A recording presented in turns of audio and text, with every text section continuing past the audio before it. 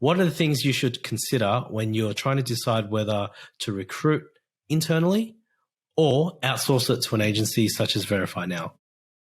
So whether you choose to do internally or whether you choose to outsource it, I think really depends firstly on the size of your organization. So if you're large enough and you've got an internal recruitment team, I would definitely, use them if they've got capacity. Generally, internal recruitment teams are looking at a lot of roles across the organization, and sometimes they're not large enough to specialize in a specific skill.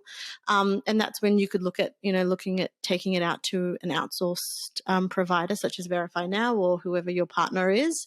Taking it out to an agency, some things to consider, after, you may have tried to recruit for the role yourself and you've advertised the role a couple of times and you've gone out to the market and you haven't found anyone.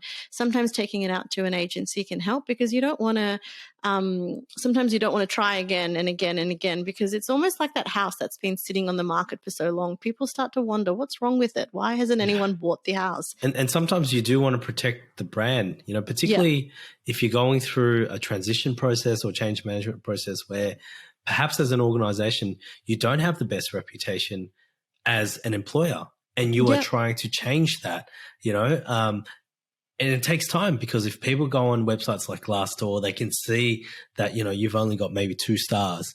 And so it might be better to go through a recruitment agency, and over time you can rebuild that, that employer brand, right? Yeah. Until you're at a stage where you might be confident to do it yourself, because you will be attracting the best talent rather than being a deterrence. If people say, oh, that name, I don't want to work for them because, my friend, my cousin, my brother, my sister, whoever has said they're not a good employer.